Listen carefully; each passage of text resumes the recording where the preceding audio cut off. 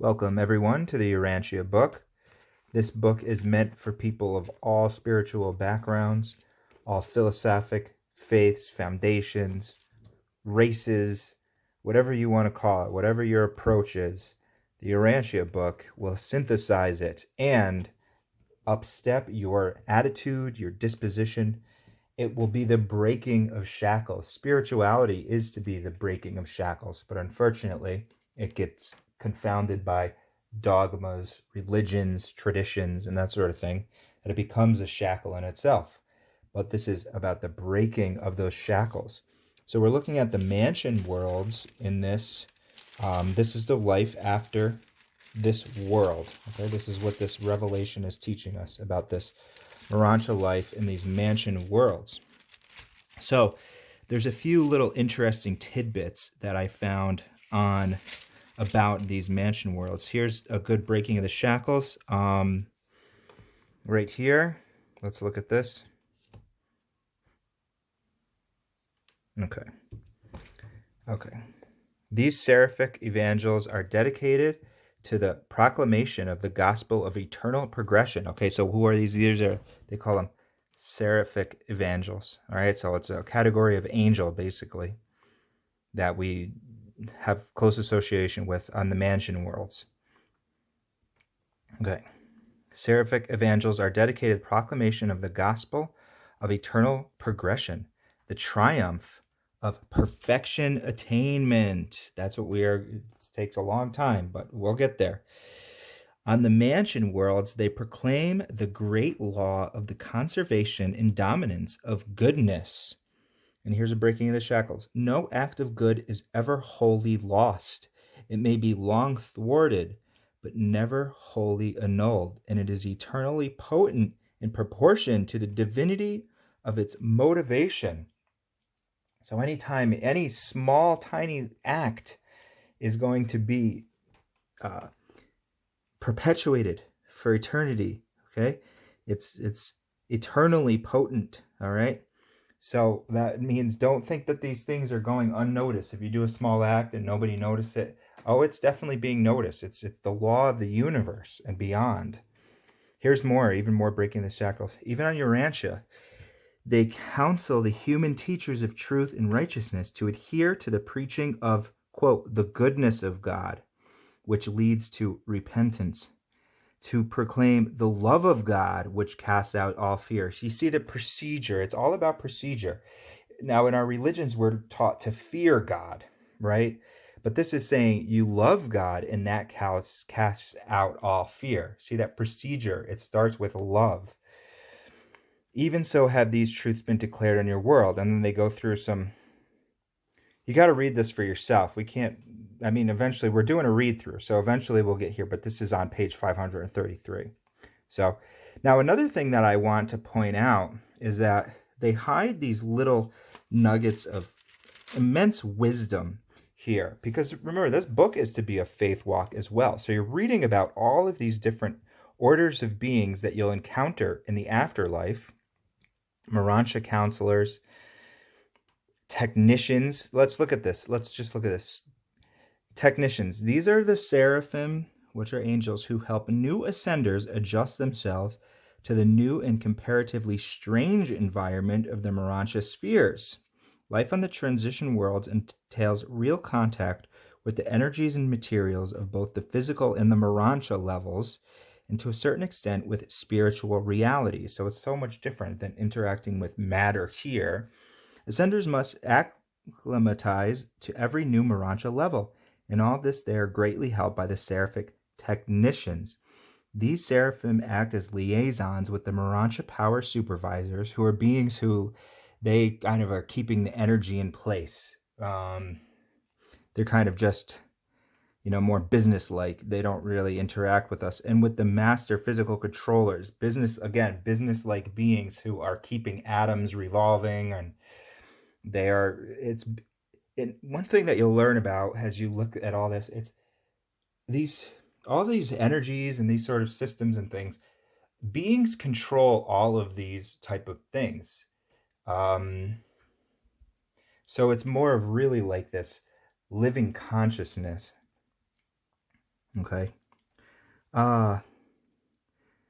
And function extensively as instructors of the ascending pilgrims concerning the nature of those energies which are utilized on the transition spheres.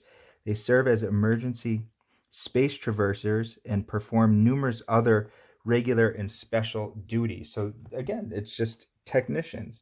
We need to understand how to enact on just this very basic level with these afterlife worlds, because they're not etheric worlds where it's just ghosts and spirits passing through they're like real tangible worlds. They even say it butts up on your physical worlds as well, as in there's physical material there as well. It just shows how tangible all of this stuff really is. Okay, so now we're reading about all these different beings, right?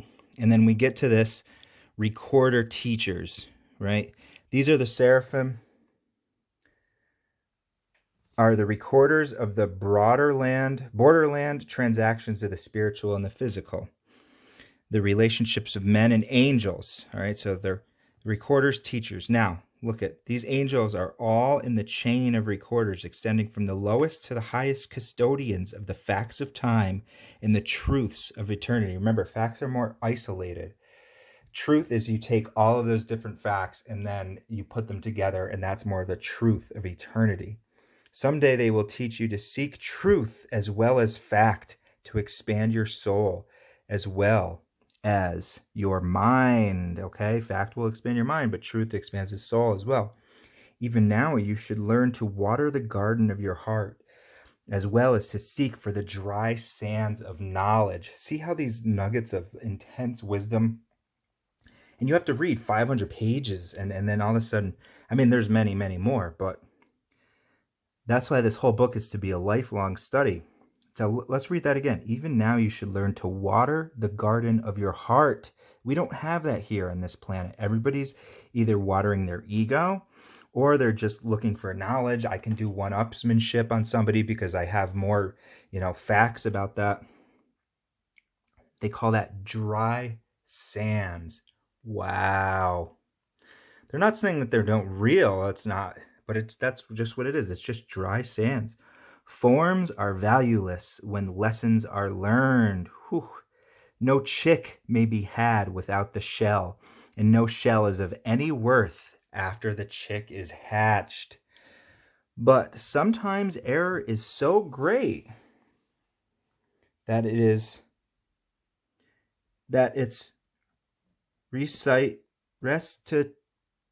rectification by revelation would be fatal to those slowly emerging truths which are essential to its experiential overthrow.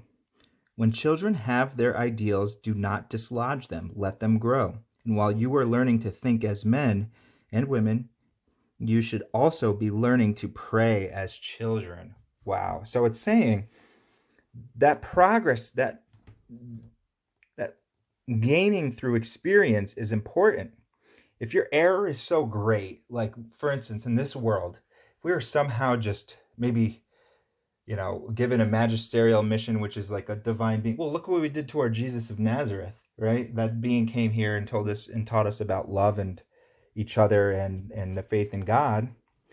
And we just, we murdered him. So it's about these slowly emerging truths, which are essential, right? So even this book is a revelation, but it's known that it's going to take a long time before this gets synthesized into our own understanding and outlook. So it's not about that instant boom. They call that short circuiting of the time governor. And in fact, the rebellious Lucifer tried to do that on our planet. It says, now this is some more of that. All right, who's writing this? Let's read this. Law is life itself, and not the rules of its conduct. Wow. That you can contemplate that for an entire lifetime. Law is life itself and not the rules of its conduct. They're just taking law and life and saying they're one and the same. they're not separate from each other. Life is intelligent in a law. Evil is a transgression of a law, not a violation of the rules of conduct pertaining to life, which is the law. You can't do that. You can't transgress that. Okay?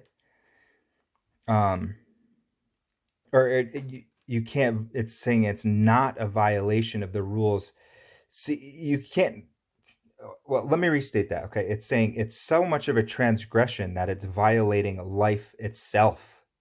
All right? It's not just violating a law, because law could be some arbitrary thing. It's just violating life itself. It's a perversion. Well, let's see. Falsehood is not a matter of narration technique, but something premeditated as perversion of truth, the creation of new pictures out of old facts, the restatement of parental life in the lives of the offspring. These are the artistic triumphs of truth. The shadow of a hair's turning, premeditated for an untrue purpose, the slightest twisting or perversion of that which is principal. These constitute falseness. But the fetish of factualized truth, fossilized truth, the iron band of so-called unchanging truth, holds one blindly in a closed circle of cold fact. One can be technically right as to fact and everlastingly wrong in the truth. I mean, who writes that? And that's just pocketed into something about all these different beings, which you're saying, geez, is this real? I don't know, ministering reserves. Why am I learning about all this stuff? But then it just hits you with the most searing philosophical, but it's also spiritual too. Understanding here. I mean, you have to be, who's writing that? The shadow of a hair's turning, premeditated. You have to be some sort of Socrates or a poet, okay? But it's so much deeper than that, because it's stating this doesn't come from the mind of man. This is life itself. This is coming from God. It's so much more fundamental than any human idea could possibly be. So remain living in the truth and keep accessing this book and keep being of loving service, and you will get to states that are not even states of mind and spirit that you can't even comprehend right now. So that's just a little bit about what is displayed here in this MORONTIA Life paper. All right, thanks for watching. Please make sure you like and subscribe too.